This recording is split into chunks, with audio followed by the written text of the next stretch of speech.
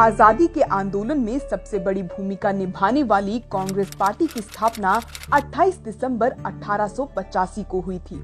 शुरुआत से ही कांग्रेस का उद्देश्य न केवल साम्राज्यवाद, गैर बराबरी, रंग भेद और उपनिवेशवाद के खिलाफ लड़ना था, बल्कि समाज में एकता, समानता, बराबरी, धर्मनिरपेक्षता जैसे प्रगतिशील विचारों को बढ़ावा देना भी उसके लिए उतना ही महत्वपूर्ण था।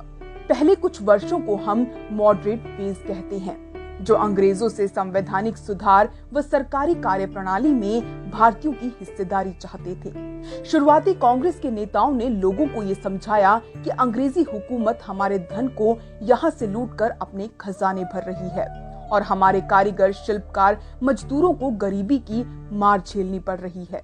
इस वर्ग के बड़े नेताओं में दादा भाई नौरोजी, गोपाल कृष्ण गोखले, बद्रुद्दीन तैयब और सुरेंद्र नाथ बैनर्जी जैसे सरीखे नेता शामिल थे। फिर जैसे जैसे अंग्रेजी सरकार का असली चेहरा सामने आने लगा, तो कांग्रेस के अंदर एक गर्म दल का उदय हुआ। उसकी अगुवाई बाल गंगाधर तिलक, लाला लाजपत राय, बिपिन चंद्र पाल जैसे नेताओं ने की। गर्म दल के नेताओं ने सबसे पहले स्वराज की बात की। इस वर्ग के नेताओं को अंग्रेजी सरकार पर रत्ती भी भरोसा नहीं था। ये तबका अंग्रेजों को पेटिशन लिखने के बजाय त्याग और बलिदान में विश्वास रखता था। इसके बाद कांग्रेस की कमान महात्मा गांधी के हाथों में आ गई। 1917 और 1918 के बीच वो 3 सत्याग्रहों में शामिल हुए, चंपारण, अहमदाबाद और खेड़ा। उसके बाद उन्होंने रॉलेट एक्ट के खिलाफ सत्याग्रह किया। गांधी ने स्वराज को परिभाषित किया। उनके लिए स्वराज के 4 सिद्धांत थे।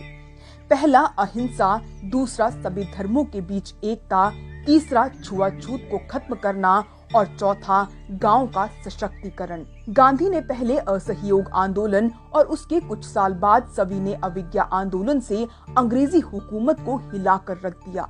इस महान उद्देश्य की पूर्ति में उन्हें साथ जवाहरलाल नेहरू, सरदार वल्लभ भाई पटेल, मौलाना अबुल कलाम आजाद, सुभाष चंद्र बोस और सरोजनी नायडू जैसे नेताओं का मिला। जवाहरलाल नेहरू की अध्यक्षता में कांग्रेस ने लाहौर में पूर्ण स्वराज की मांग की। इसके 2 साल बाद सरदार पटेल की अध्यक्षता में मौलिक अधिकारों के रेजोल्यूशन को पास किया, जिसे ड्राफ्ट नेहरू ने किया था। इस रेजोल्यूशन में दलितों, आदिवासियों और धार्मिक और भाषाई अल्पसंख्यकों के अधिकार का भी ध्यान रखा। आगे चल के यही प्रावधान डॉक्टर अंबेडकर के नेतृत्व में बने भारतीय संविधान में सुदृढ़ किए गए। नेहरू और सुभाष चंद्र बोस ने नेशनल प्लानिंग कमेटी की भी नींव डाली, जो आजाद भारत में प्लानिंग कमीशन बनी। कांग्रेस ने महिला सशक्तिकरण पर भी जोर दिया। इस काम की अगुवाई सरोजनी नायडू, राजकुमारी अमृत कौर, अरुणा असफ अली, कमला देवी चट्टोपाध्याय जैसी महान महिलाओं ने की। 8 अगस्त 1942 को कांग्रेस ने गांधी जी के नेतृत्व में भारत छोड़ो आंदोलन को लॉन्च किया।